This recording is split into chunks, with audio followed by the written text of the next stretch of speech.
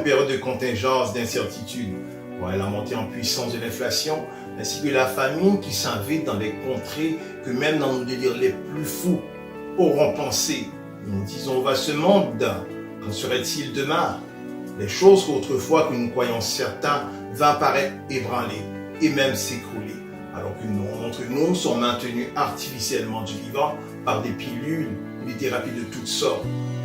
La solution à tout cela, c'est Jésus le Christ. Peut-être que vous dites à l'intérieur de vous, j'ai déjà donné une chance à Jésus.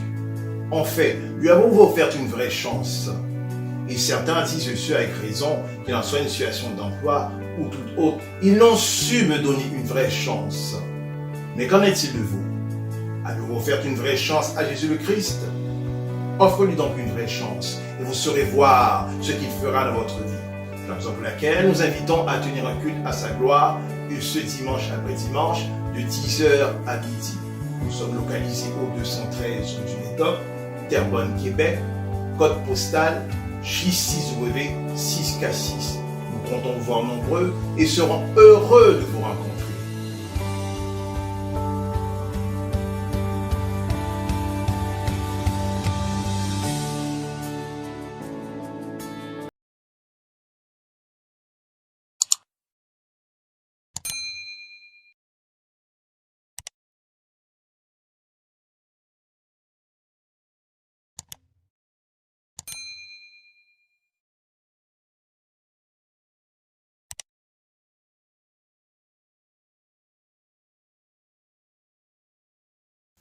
Ne vous enivrez pas de vin, c'est de la débauche.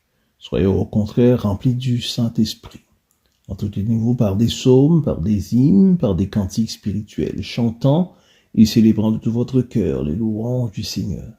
Rendez continuellement grâce pour toutes choses à Dieu le Père, au nom de notre Seigneur Jésus-Christ, vous soumettant les uns aux autres dans la crainte de Christ.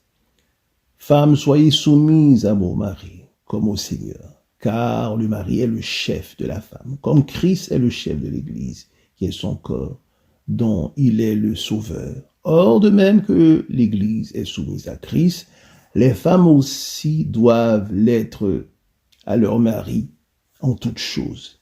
Marie, aimez vos femmes comme Christ a aimé l'Église et s'est livré lui-même pour elle, afin de la sanctifier par la parole, après l'avoir purifiée par le baptême d'eau, afin de faire paraître devant lui cette Église glorieuse, sans tache ni ride, ni rien de semblable, mais sainte et répréhensible.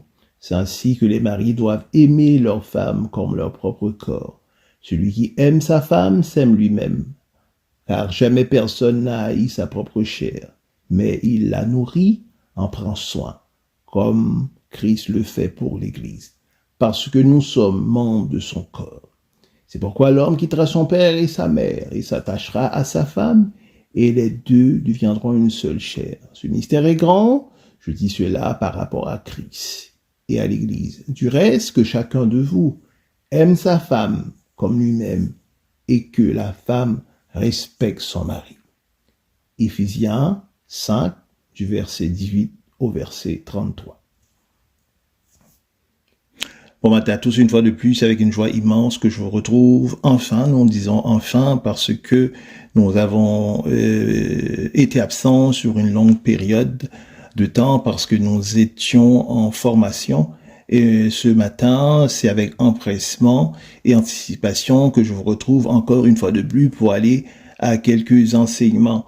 Et je peux croire que vous vous portez bien. Je peux croire également que pendant ce temps d'absence, que vous avez quand même pu croître jusqu'au salut. Et nous rappelons encore la portée de cette chaîne, la chaîne Préparons-nous. Nous sommes une chaîne à caractère eschatologique et nous disons bienvenue également à ceux qui ont rejoint notre chaîne. Nous disons bienvenue encore et nous sommes ici ensemble pour croître jusqu'à l'enlèvement de l'Église.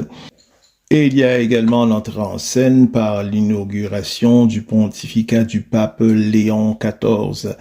Et ce matin, nous allons plutôt poursuivre dans la lignée que nous avons établie la fois précédente concernant comment être rempli du Saint-Esprit et concernant le pontificat du nouveau pape Léon XIV, et nous reviendrons une prochaine fois car nous devons aller pour ajouter notre grain de sel. Et nous sommes une chaîne à caractère eschatologique. Nous faisons l'observance des signes avant-coureurs jusqu'à l'enlèvement de l'Église. Et ce matin, nous allons simplement nous pencher sur ce que nous avons débuté dans les semaines précédentes. Et c'est toujours au travers de ce passage que nous avons considéré un peu avant que l'apôtre Paul affiche ses couleurs, disant aux Éphésiens, ne vous enivrez pas de vin, mais soyez au contraire remplis du Saint-Esprit. Soyez remplis du Saint-Esprit. À savoir que c'est la raison pour laquelle que l'apôtre Paul également a pris soin d'écrire aux Thessaloniciens, qu'il est dit au travers de Thessaloniciens toujours au chapitre 4 au verset 16, car à un signal donné au son de la trompette de Dieu, les morts en Christ ressusciteront premièrement, et nous qui sommes restés, nous serons enlevés dans les nuées à la rencontre du Seigneur, ainsi nous serons toujours avec le Seigneur. À savoir, mes chers amis, que au moment que cette trompette se fera retentir, et c'est simplement ceux qui sont remplis du Saint-Esprit. C'est la raison pour laquelle que ce matin et les semaines précédentes, dans les capsules précédentes, si vous voulez, que nous étions étendus sur la question d'être rempli du Saint-Esprit. L'être rempli du Saint-Esprit, ce n'est pas une option telle que une option, par exemple, d'être membre dans un club sportif. Nous pouvons également avoir l'option de nous revêtir de telle marque d'habits, qu'il soit Puma, qu'il soit Christian Dior, qu'il soit Lululemon, et toutes sortes de marques. Donc nous avons des options dans les choix de marques que nous désirons porter, et nous pouvons également prendre une option de la couleur de la voiture que nous désirons, qu'il soit rouge, verte, bleue, peu importe. Donc, nous avons l'option de choisir, mais toutefois, qu'il est question d'être rempli du Saint-Esprit, nous n'avons pas d'option en tant qu'enfant de Dieu, et cette option-là ne nous est pas accordée. En tant qu'enfant de Dieu, nous devons être remplis du Saint-Esprit. C'est la raison pour laquelle que dans la parabole des vierges sages et des vierges folles, il y avait d'un côté 10 vierges, donc 5 étaient sages et les 5 autres étaient folles. Et nous voulons attirer votre attention, c'est que les 5 vierges folles n'ont su entendre la trompette. La raison pour laquelle, c'est simplement qu'elles n'étaient pas remplies du Saint-Esprit. Elles n'étaient pas remplies du Saint-Esprit. Voilà maintenant l'étendue de la chose, voilà l'ampleur de la chose qui nous exprime en tant qu'enfants de Dieu. Nous devons impérativement être remplis du Saint-Esprit. Si nous ne sommes pas remplis du Saint-Esprit, eh bien nous ne saurons pas entendre cette trompette lorsque cette trompette se fera retentir. Et cette trompette, nous pouvons imaginer que cette trompette est à sonner tard dans la nuit. Il est 2 heures, 3 heures du matin, alors que nous dormons profondément. Eh bien, nous ne saurons pas entendre cette trompette. À savoir, cette trompette, elle est distincte. Elle n'est pas une trompette telle que les trompettes que nous avons de nos oreilles au point de vue matériel. Donc les trompettes, probablement, vous avez entendu résonner une trompette au moment d'une fanfare, ou bien encore pendant l'investiture d'un roi, ou bien encore pendant une manifestation quelconque, vous avez entendu retentir une trompette, mais toutefois la trompette dans laquelle il est question au travers de Thessaloniciens, c'est une trompette spirituelle. C'est seulement ceux qui sont remplis du Saint-Esprit, c'est seulement ceux-là qui sauront entendre cette trompette, et cette trompette qui est spirituelle, et quand même cette trompette aurait à sonner dans la journée arrivant, qu'il en sera midi même de la journée, pendant une journée bien ensoleillée, sans nuages et sans bruit. Mais vous ne saurez pas entendre cette trompette s'il est à jaillir pendant ce jour arrivant, cette journée arrivant. Vous ne saurez pas entendre, c'est simplement parce que vous n'êtes pas rempli du Saint-Esprit. C'est la raison pour laquelle ce matin, cela nous amène à cette question. Comment, en tant qu'enfants de Dieu, pouvons-nous être remplis du Saint-Esprit? Comment, en tant qu'enfants de Dieu, pouvons-nous être remplis du Saint-Esprit? Eh bien, de multiples molécules ou bien encore éléments sont nécessaires afin d'être remplis du Saint-Esprit. Et nous allons toutefois nous limiter au passage de lecture de ce matin que nous avons considéré au travers d'Éphésiens du chapitre 5 du verset 18 au verset 33. Et toutefois, le verset 25 table, Marie, aimez vos femmes comme Christ a aimé l'Église et s'est livré lui-même pour elle afin de la sanctifier par la parole. Vous aurez remarqué qu'il est dit, hommes, aimez vos femmes et non femmes, aimez vos maris. Et si nous avons à nommer l'homme et la femme en vertu d'une partie du corps, eh bien l'homme sera tout simplement la tête et la femme le cœur. Le pourquoi? C'est parce que la femme aime naturellement. L'homme souvent a besoin de simples petits gestes d'attention et de gentillesse afin de séduire la femme pour que la femme tombe en amour.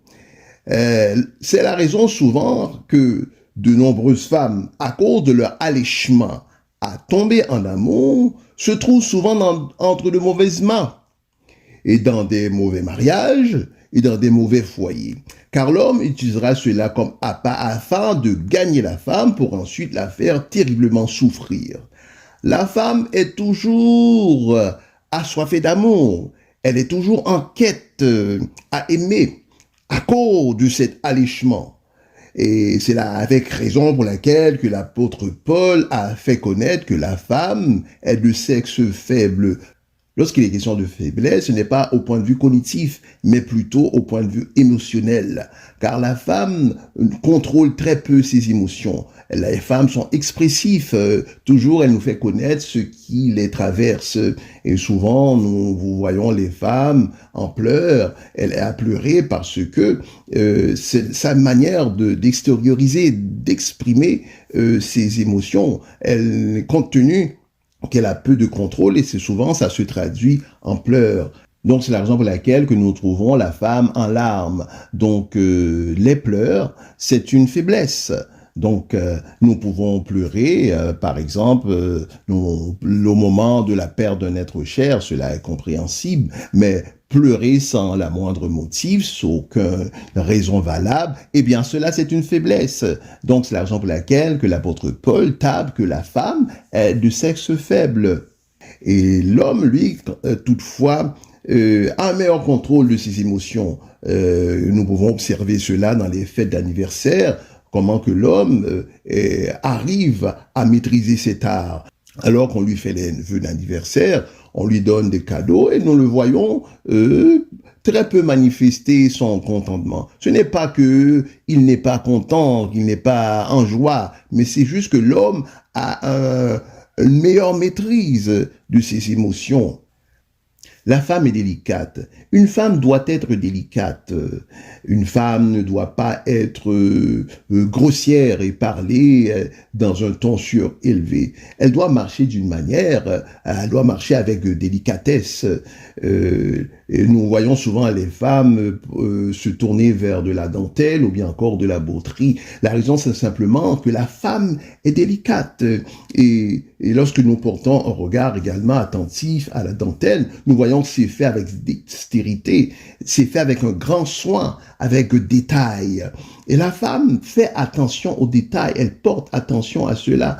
Nous pouvons dire que l'homme est macro, alors que la femme est micro. Et l'homme, quant à lui, j'aime à dire, va observer dans une maison si le toit coule. Alors que la femme, quant à elle, elle pensera plutôt à changer les rideaux, à changer le décor.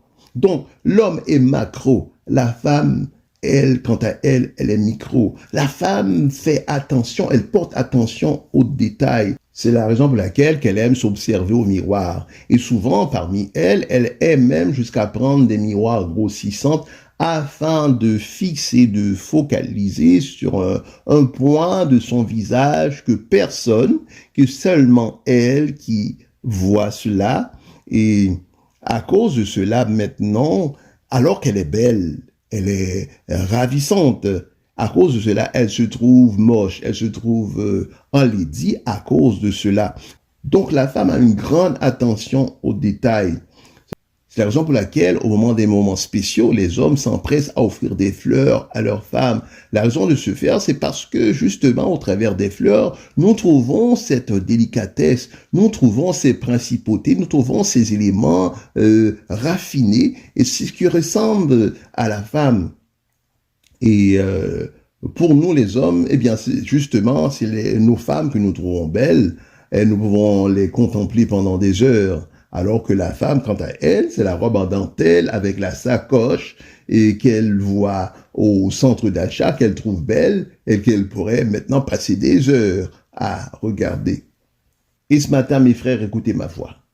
La femme a besoin de se sentir écoutée, de ne pas être rabaissée tant en public qu'en privé à la maison.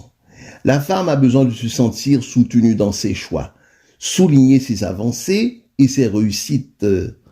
En tant qu'homme rempli du Saint-Esprit, il ne faut pas injurier nos femmes, aller par des paroles rabaissantes, par des injures. Et nous savons que le corps peut comporter des blessures, mais également l'âme aussi. L'âme comporte des blessures lorsque l'âme est exposée de manière continuelle par des paroles rabaissantes, des paroles réellement désobligeantes, dévalorisantes.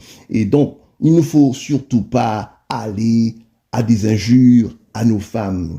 Il ne faut pas non plus porter main à sa femme. Il ne faut pas la battre en d'autres termes, car beaucoup de femmes dans des foyers sont battues. Et lorsqu'il y a ce niveau de violence-là, eh bien, la femme doit délaisser le foyer avec empressement. Et nous parlons ici pas non de divorce, nous parlons plutôt de séparation du corps, car nous sommes ici dans une présence, dans une situation de vie et de mort. Et ces deux amis, l'un s'assoit dans le bureau de l'autre et il dit, et j'ai quelque chose à te dire en ce matin. C'est simplement que je n'aime plus ma femme. J'aimerais bien que ce sera le contraire, mais ce n'est pas le cas. J'ai même demandé à Dieu de me donner de l'amour pour elle, mais simplement, je n'en trouve pas. Je n'ai aucun ressenti à son égard. Eh bien, ce mari était sincère, mais il a fait fausse route dans sa compréhension de l'amour. Pour lui, aimer sa femme voulait simplement dire ressentir des émotions chaleureuses et romantiques à son égard. Aujourd'hui, dans notre société, des milliers d'hommes et de femmes arrivent même à cette même conclusion. L'amour qui est présenté au niveau des films, au niveau d'Hollywood, c'est un amour qui est déformé. Et c'est Satan qui fait cela afin de corrompre simplement les mœurs. Beaucoup de foyers, à cause de cette déformation, tomberont en bankruptcie à cause de cette fausse réalité. Vous savez, les émotions sont comme les vagues de la mer d'Andama. Elles s'en vont et elles reviennent. Et si vous voulez voir qu'est-ce que réellement est l'amour, il nous faut regarder à la Bible. La Bible table, car Dieu a tant aimé le monde qu'il a donné son Fils unique afin que quiconque croit en lui ait la vie éternelle. Christ s'est donné pour son Église. L'amour ne veut pas dire émotion. L'amour ne veut pas dire non plus sensation forte ou coup de foudre. L'amour veut dire donner. Pas les émotions. Les émotions dans un foyer viendront lorsque nous serons à nous donner à nos femmes. Donner signifie être attentif à ses besoins. Donner signifie être affectueux. Donner signifie également faire des compromis, aider dans les tâches ménagères. La femme n'est pas une bonne à tout faire. Et si vous avez besoin d'une bonne à tout faire, il faut demeurer avec votre maman.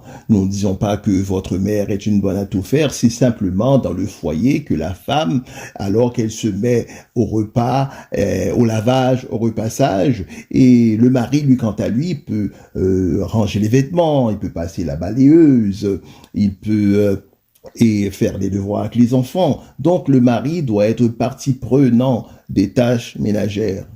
Donner signifie ainsi plaisanter et jouer avec elle. Il faut jouer avec sa femme, comme dans les premières rencontres, pas agir avec elle en qualité de brute. La Bible dit que Pharaon regarda par la fenêtre, voyant qu'Abraham jouait avec sa femme.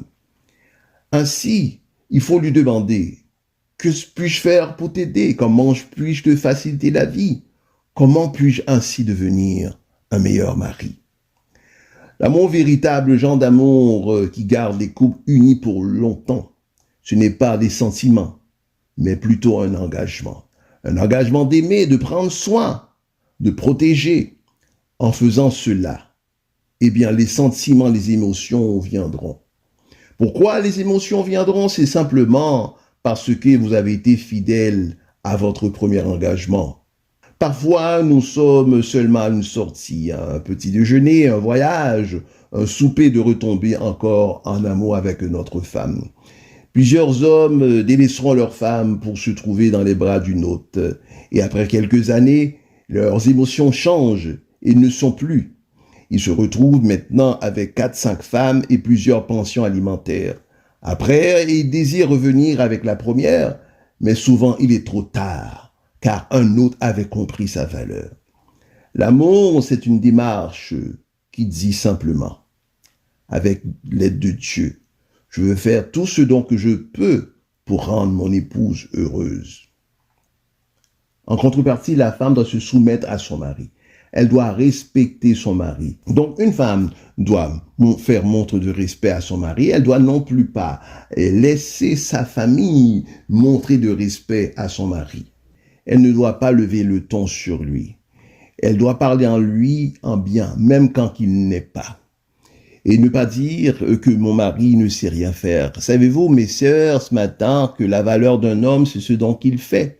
Et cet homme-là, il a été aux études, il a eu un diplôme d'études professionnelles. Après cela, il a été au collège. Après le collège, et en suivant, il a été à l'université.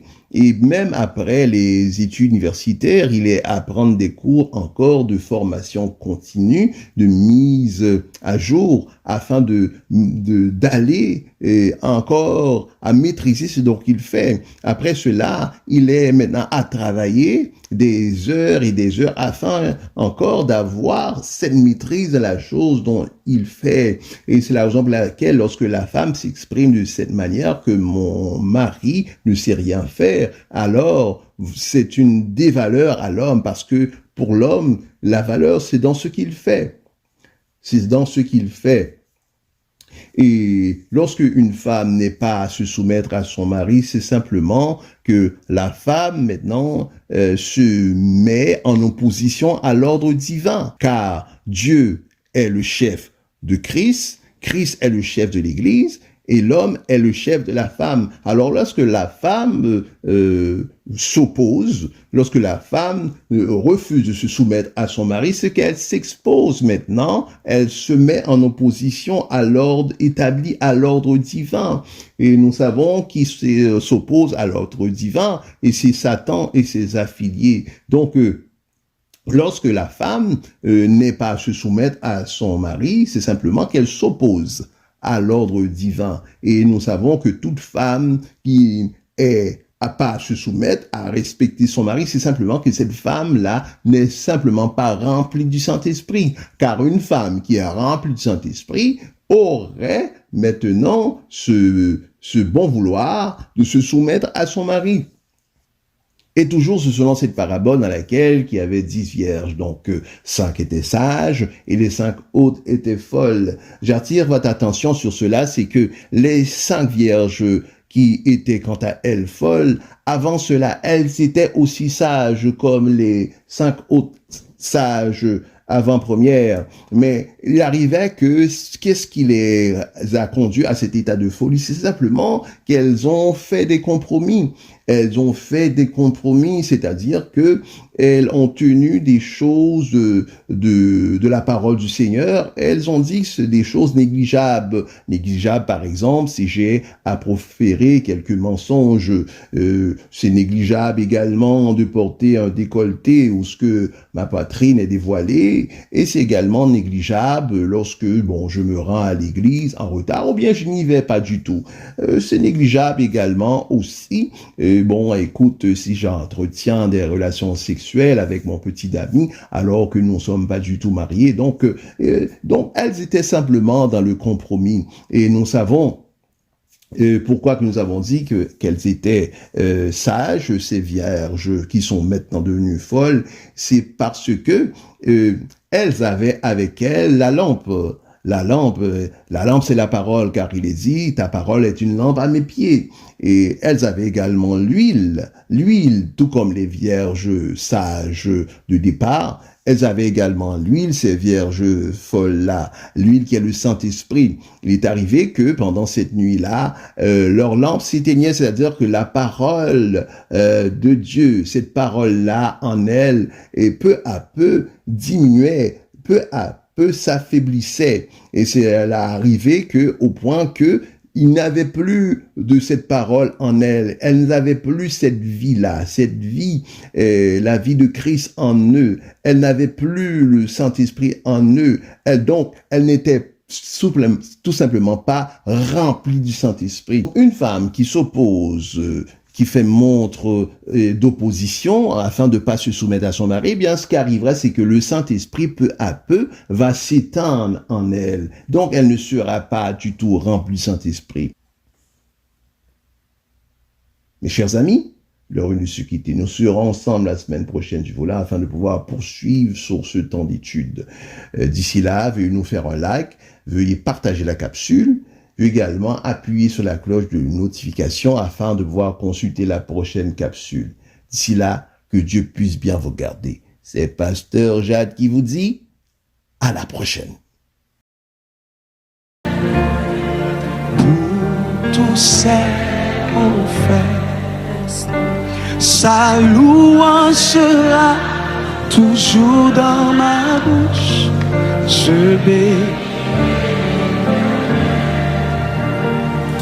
Je bénirai l'Éternel. Alléluia.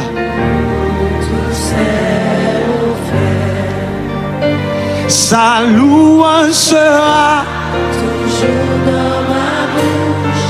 Je bénirai l'Éternel. Qu'est-ce qui a passé dans mieux l'autre comme dit ça? Je bénirai l'Éternel. Même Jacques David. Pour tous ses offerts. Sa louange Sera toujours dans ma bouche. Je bénirai l'Éternel. Dis ça encore, je bénirai l'Éternel. pour tous ses offerts. Alléluia.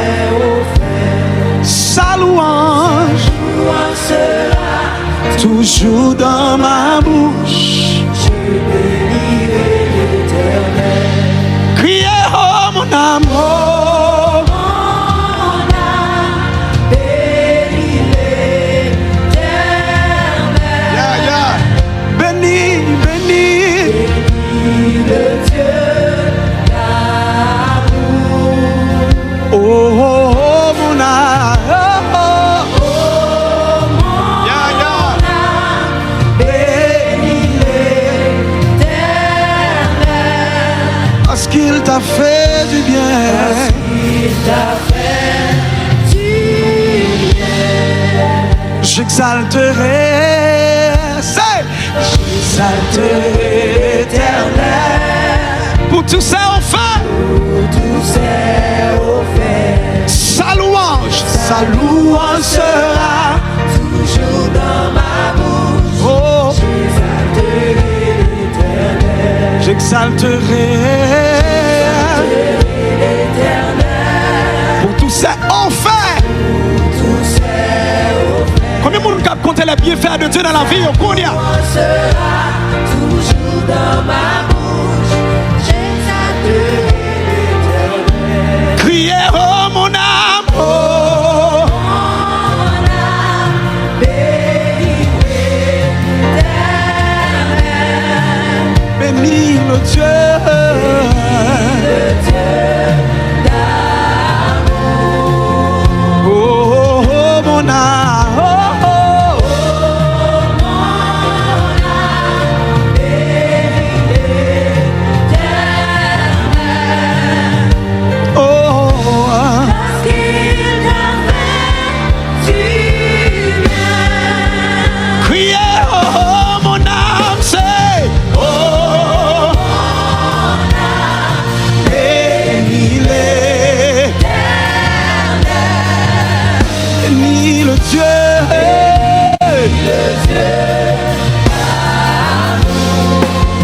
oh, oh, oh, mon âme, oh, oh, bénis l'Éternel, parce qu'il t'a fait du bien. Quand mon Seigneur a fait bien, quand mon Seigneur a fait bien, t'as levé mais on crie, oh,